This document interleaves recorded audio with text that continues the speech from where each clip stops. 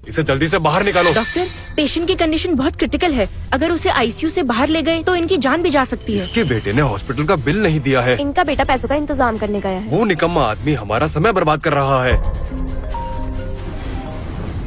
जी समझ गया, काम हो जाएगा। इस औरत को यहाँ से बाहर निकालो। हमें मिस्टर राजवीर के लिए रूम खाली चाहिए। जानते भी हो वो कौन है? वो शहर का सबसे बड़ा बिजनेसमैन है। हम उनसे पंगा नहीं ले सकते।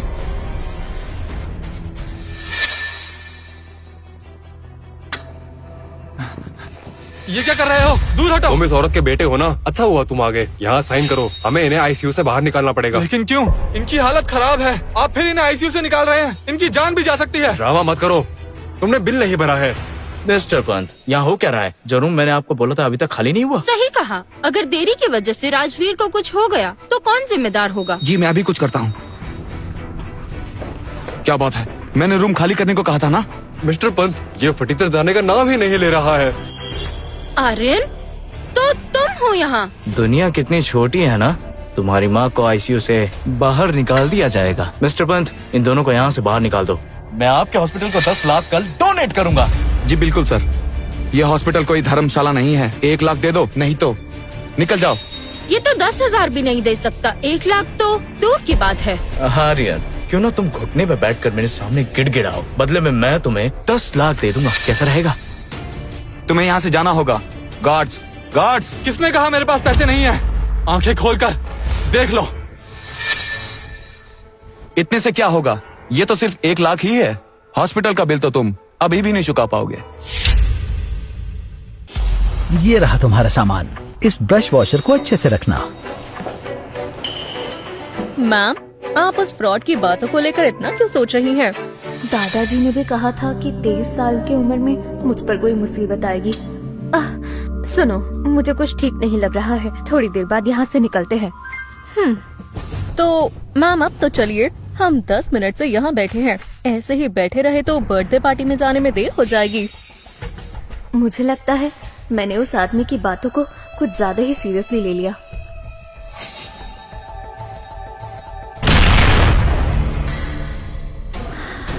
ये क्या? यानी उस लड़के ने सच कहा था। अगर मैं उसकी बातों को सीरियसली ना लेकर 10 मिनट पहले ही निकल चुकी होती तो अब तक हम हाईवे पर होते और चलती गाड़ी में आग लगने के कारण मैं अपनी जान गंवा देती। मिस्तान्या, आप इसे तो भूल ही गई। ये मेरा नहीं है। शायद ये उस फ्रॉड आदमी का होगा। ये तो एक क्रिटिकल नोटिस है। Aryan Sharma, Mamta Sharma, sunshine hospital. Sunshine hospital तो हमारी कॉर्पोरेशन का है ना? जल्दी सनशाइन हॉस्पिटल चलो और अगले 10 मिनट में मुझे उस आदमी की सारी डिटेल्स चाहिए। ये तो सिर्फ 1 लाख ही है। हॉस्पिटल का बिल तो तुम अभी भी नहीं चुका पाओगे। बाकी पैसे मैं दे दूंगी। तुम खुद को समझती क्या हो, मिस ओबराय? तुम मिस्टर पंत हो? जी मैं यहाँ 10 साल से। ठीक है, आज से और अभी से तुम्हें नौकरी से निकाला जाता है और तुम्हारा लाइसेंस कैंसिल होगा। ओबरॉय ग्रुप तुम पर ड्यूटी ना निभाने के लिए और सीरियस पेशेंट को आईसीयू से निकालने के लिए केस करेगा। पेशेंट ममता शर्मा के लिए बेस्ट रूम अरेंज करो। सबसे अच्छी मेडिकल टीम लगाओ। इनकी जान बचाने के लिए जो हो सके करो। अब तुम नए डायरेक्टर हो। जी मैडम। बदतमीज लड़की, अपनी हद में रहो। तुम आयशा हो ना, आर्यन की एक्स वाइफ? तुम तो शक्ल से ही बेवकूफ लगती हो। ये सब तुम्हें कैसे पता? आखिर तुम हो कौन? ज़बान संभाल कर। ये ओबरॉय ग्रुप की हेड है। मैं इनके सामने आवाज भी नहीं उठाता। अपना इंट्रोडक्शन दे देती हूँ। मैं तान्या ओबरॉय हूँ, ओबरॉय ग्रुप की सीईओ और साथ ही आर्यन की होने वाली बीवी भी। ओबरॉय ग्रुप की सीईओ तुम्हारे साथ कैसे हो सकती है? लगता है तुम बेवकूफ होने के साथ साथ बहरी भी हो। सुना नहीं मैंने क्या कहा? आर्यन तो बस एक फूड डिलीवरी बॉय है। तुम्हें ये कैसे पसंद आ गया?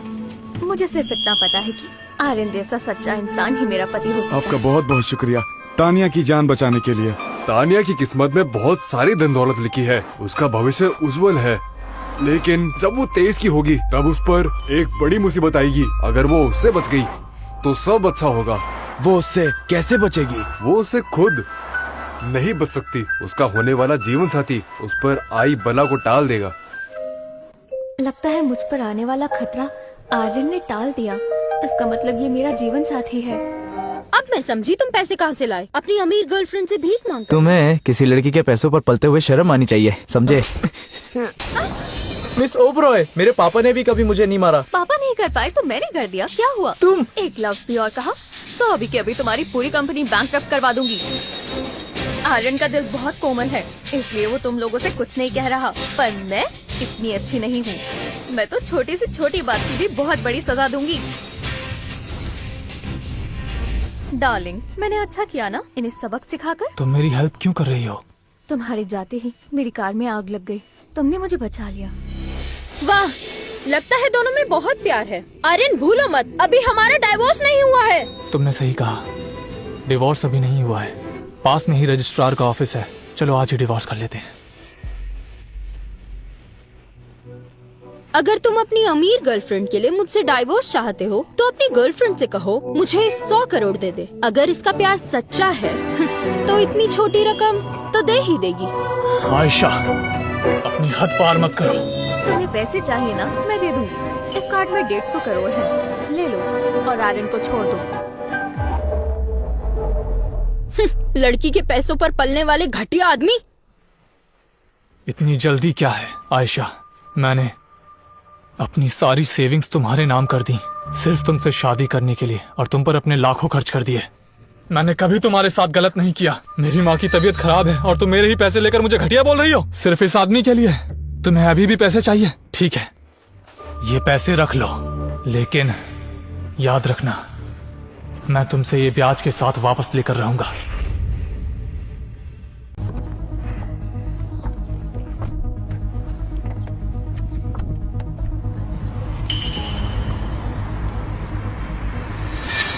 अब मुझे समझ में आ गया है, मिस्टर ओबरॉय अब रिटायर होने वाले हैं। ऐसे में ओबरॉय बिजनेस को संभालने के लिए कोई केपेबल इंसान चाहिए। तानिया केपेबल तो है, लेकिन कल को उसकी भी शादी होगी।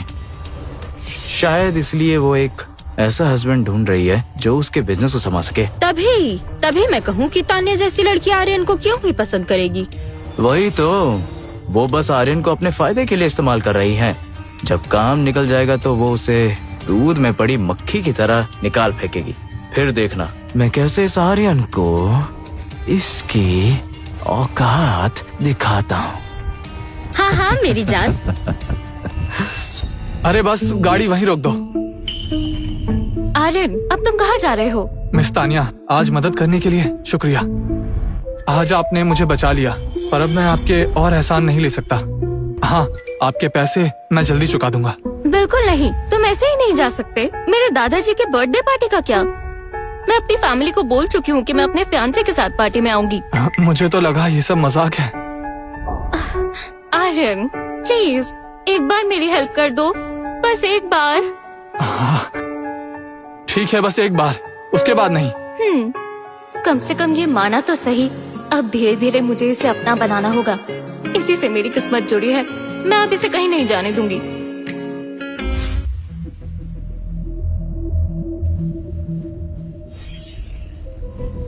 ध्यानचंद जी। हाँ?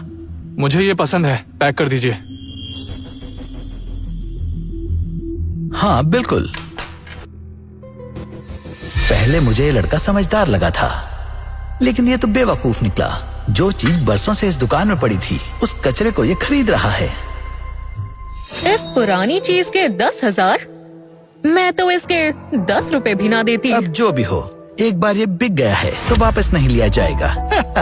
देखा आपने, इसकी हंसी ही बता रही है कि इसने हमें ठग लिया है। अगर मैं सर के लिए ऐसा गिफ्ट लेकर जाती ना तो सब जोर जोर से मुझ पर हंसते। कुछ भी बोल रही है। अब मैं सिर्फ किसी चीज की उम्र ही नहीं, बल्कि लोगों की बॉडी के अंदर मेरिडियंस भी देख सकता हूँ, और शायद जिससे मुझे उनकी बीमारियों का पता चल जाएगा। अब बस भी करो। गिफ्ट के पैसे नहीं, उसके पीछे की नियत देखी जाती है। आप तो अभी से उसकी तरफदारी करने लगी। आप जानती है ना परिवार में आपकी क्या हालत है। ऐसे में ये बर्थडे पार्टी ही सभी को इम्प्रेस करने का आखिरी मौका है।